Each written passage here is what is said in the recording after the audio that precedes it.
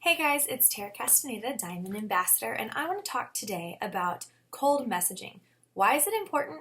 What is it? And how to be effective with it. Okay, so cold messaging, that's kind of an ancient term for just reaching out to people that haven't expressly stated that they were interested in what you're doing or what you're sharing, right? So a lot of times we tell you to start off by making a list of at least 100 people that you can just think of off the top of your head. Nothing special, just think of those people. And then when you make that list of 100, put a star next to people's names that you think would be wonderful at the business. They have great integrity, great drive, they're influential. A lot of people want to know what they're doing. They have a lot of friends on Facebook. They have a big social media life. Those are the people that you want to put a star next to because they'd be what's called your dream teamers, or somebody that you would just love to have on your business, on your team, because you think that they would do great. Okay, so and then once you've made that list, great, give yourself a pat on the back. Now you've got to do something with it, right? This is where cold messaging comes into play. This is when you reach out to them and you send them a quick message. I love the art of a phone call. I think it's the best way to go. I think it's the most personal. They can hear your excitement. They can hear you're being genuine. They can hear your passion. I love setting up a coffee date, but let's be realistic. A lot of times people are busy, or maybe you don't live in the same area. Send them a Facebook message, an email, or even a text message to schedule a phone call, right? But a lot of times you can send them a Facebook message, right? And here's what it might sound like. Hey girl, I'm so excited. Or let me back up. Hey, I just wanted to reach out to you. You've been on my mind, and I loved seeing your pictures on Facebook from your previous vacation. Wow, your kids are so cute.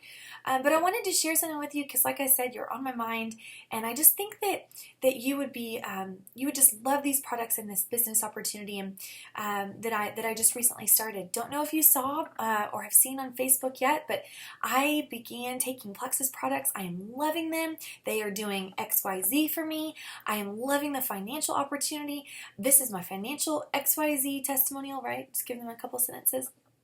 And I'd love to just chat with you sometime, or see if you know anybody that would be interested in benefiting their health or their finances, or maybe you would. I'd love to just pick your brain and catch up.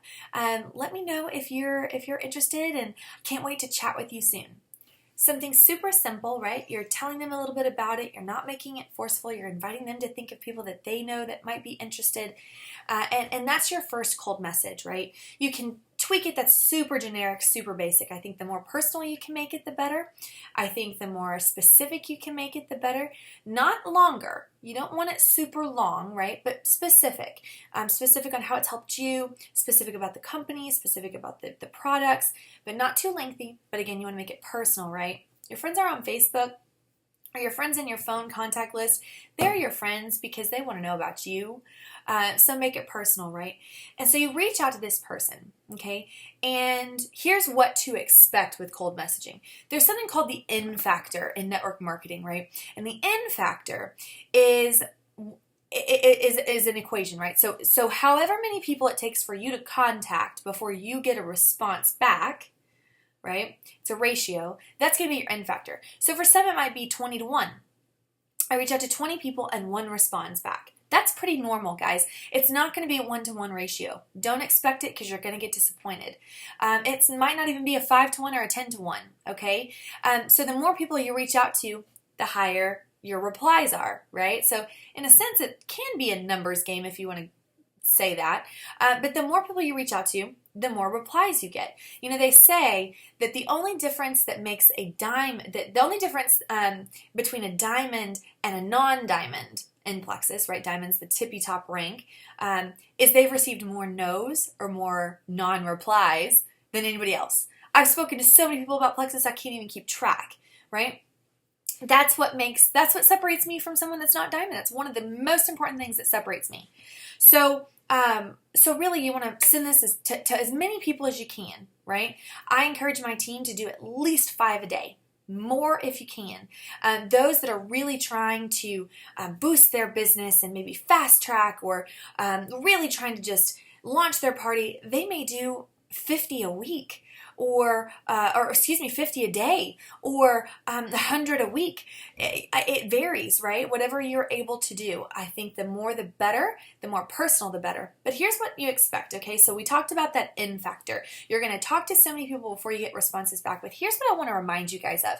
If you get a non-reply, that's not rejection, okay? That truly is. It could be that someone is busy and they read it and they had every intention of responding, but y'all, life got busy and they forgot. How many times have you thought you replied to a text message and didn't? Golly, if you're my friend, you know that it probably drives you crazy that I do that all the time. Or I meant to call you back and I forgot.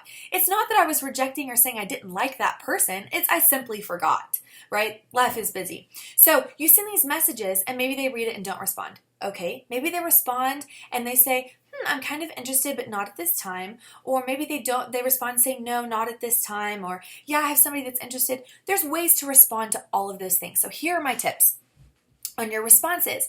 If somebody reads it and doesn't respond, my number one tip is to go back and message them in 2 or 3 days after. So be organized in your messages. Write out who you're contacting each day so that you know when to contact them back, right? Guys, this business is a business. It's not a hobby unless you want it to be.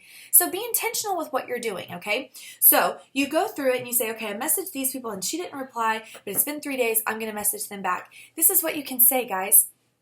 Hey, I'm sure life is super busy, but I'd love to talk to you. I'm still thinking about you. I still think you'd love these products, or I'd love to just catch up with you.